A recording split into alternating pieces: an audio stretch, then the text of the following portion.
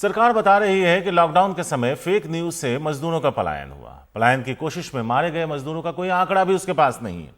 उनको मुआवजा देने की कोई बात नहीं है। इसको लेकर संसद में विपक्ष ने उसे घेरा। कोरोना को रोकने में नाकामी पर भी सवाल खड़े हुए। राज्यसभा में कोरोना पर चर्चा के दौरान स्वास्थ्य मंत्री हर्षवर्धन को विपक्ष के कई तीखे सवाल झेलने पड़े।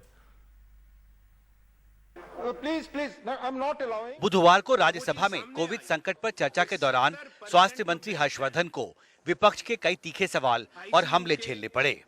कांग्रेस ने लॉकडाउन के दौरान मारे गए मजदूरों की संख्या का सवाल उठाया।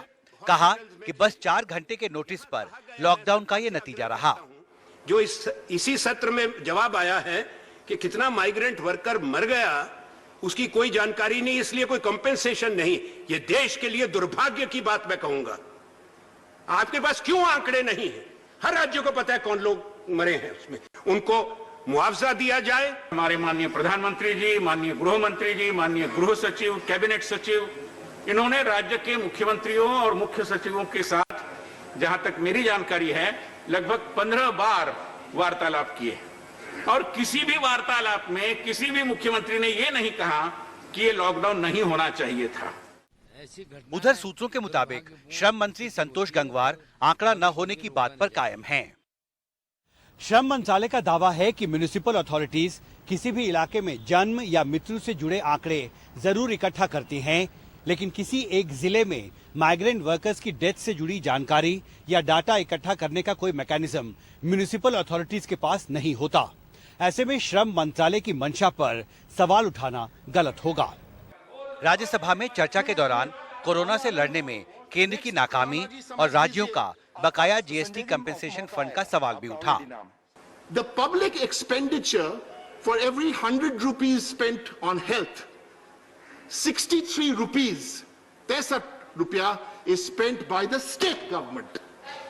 37 rupees is spent by the center.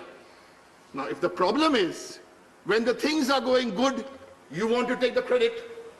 When the things are tough, you start talking about chief minister and bulldozers and all in a serious speech like this. Many of the states, they are reeling under financial crisis, financial problem, and many of the dues of the state government with the central government is yet to be paid.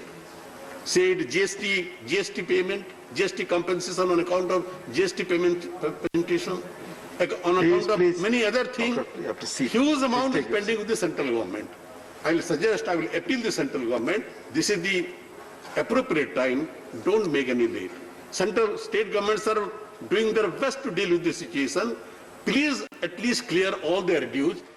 अब सबकी नजर स्वास्थ्य मंत्री doctor Harshvardhan पर है, जो गुरुवार को संसद में कोरोना संकट पर सरकार का रुख साफ करेंगे। संसद भवन से हिमांशु शेखर, एनडीटीवी इंडिया।